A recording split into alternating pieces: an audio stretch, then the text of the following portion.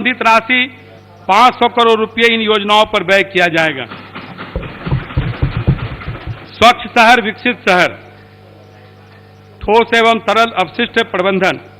घनी आबादी के कारण शहरी घरों से ठोस और तरल अपशिष्ट बड़ी मात्रा में निकलते हैं, जिनसे बीमारी और विभिन्न प्रकार के प्रदूषण उत्पन्न होते हैं।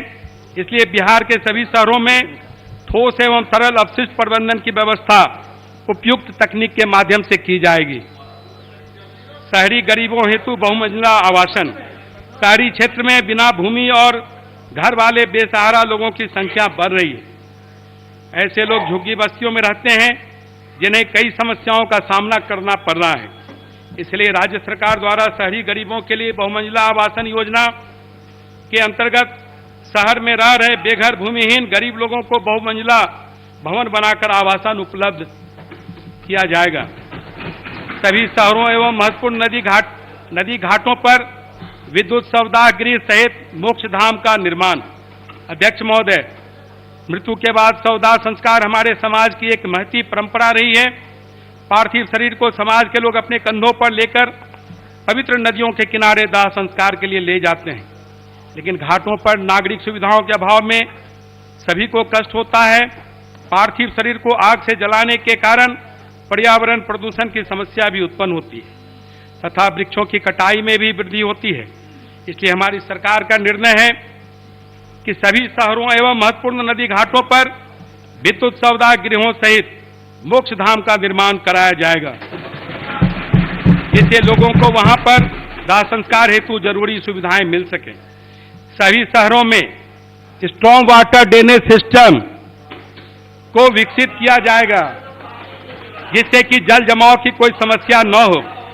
इन योजनाओं के लिए नगर विकास विभाग के बजट में 450 करोड़ रुपए का बजट उपबंध किया गया है।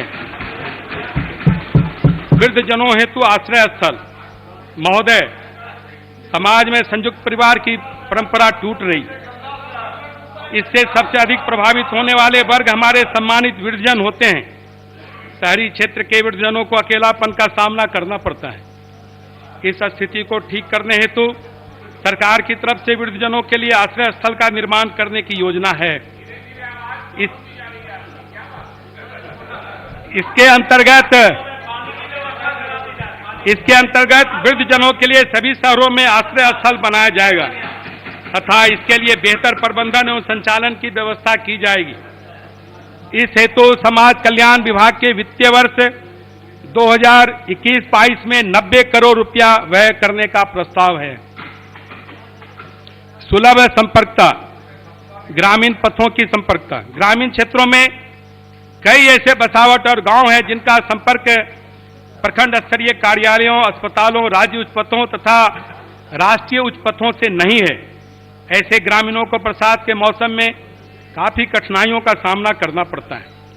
ऐसे गांवों को प्रखंड स्तरीय कार्यालयों और उच्च पथों से जोड़ने के लिए गांव में संपर्क सड़क बनाने की आवश्यकता है। इसलिए सुलभ संपर्कता योजना के अंतर्गत आसपास के गांवों को जोड़ते हुए मुख्य पथों एवं महत्वपूर्ण स्थानों, प्रखंड, थाना और मंडल अथवा महत्वपूर्ण सुविधाओं यथा बाजार, अस्पताल, राज्य उच्च पथ एवं राष्ट्रीय उच्च पथों तक संपर्कता हेतु नई सड़कों का निर्माण कराया जाएगा। इस योजना पर ग्रामीण कार्य विभाग द्वारा वित्तीय वर्ष 2021-22 में 250 करोड़ रुपये व्यय करने का प्रावधान है। शहरी क्षेत्रों में आवश्यकता अनुसार बाईपास अथवा फ्लाईओवर का निर्माण। राज्य के प्रत्येक शहर में जनसंख्या वृद्धि एवं वाहनों की संख्या में वृद्धि के कारण भयानक जाम की समस्या उत्पन्न होती है। शहर के बाहर से बाईपास नहीं होने या कई स्थानों पर पुल, फ्लाईओवर नहीं रहने के कारण बड़े बड़े वाहन मुख्य शहर से होकर गुजरते हैं, जिससे जाम की समस्या विकराल हो जाती है। इसलिए शहरी क्षेत्रों में जाम की समस्या से मुक्ति एवं सुचारू यातायात के संचालन हेतु आवश्यकता अनुसार बाईपास अथवा फ्लाईओवर का निर्माण कराया जाएगा। इस योजना के तहत वित्तीय वर्ष 2021-22 में पथ निर्माण विभाग द्वारा 200 करोड़ रुपए का व्यय किया जाएगा। सबके लिए अतिरिक्त स्वास्थ्य सुविधा।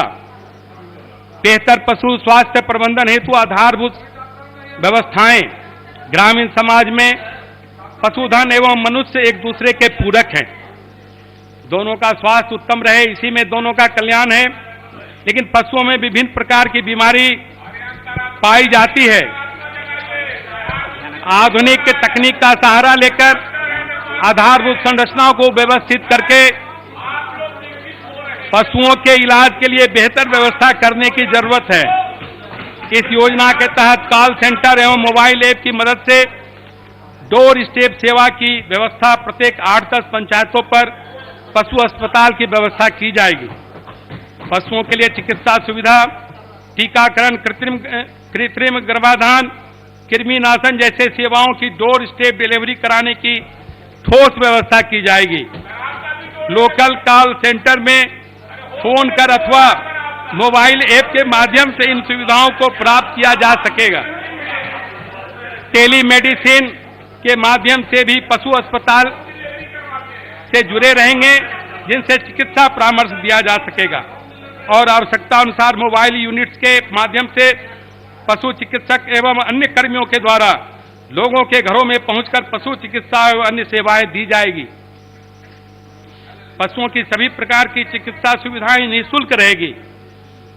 गोवध संरक्षण एवं संवर्धन हमारी सांस्कृतिक परंपरा रही है और संविधान का नीति निर्देशक तत्व भी यही कहता है, देसी गाय का दूध अधिक पौष्टिक एवं शुद्ध होता है।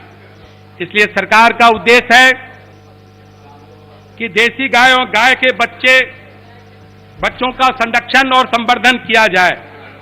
इसलिए देसी गोवंश के संरक्षण एवं संवर्धन हेतु पशु विज्ञान विश्वविद्यालय के अंतर्गत गोवंश विकास संस्थान की स्थापना की जाएगी।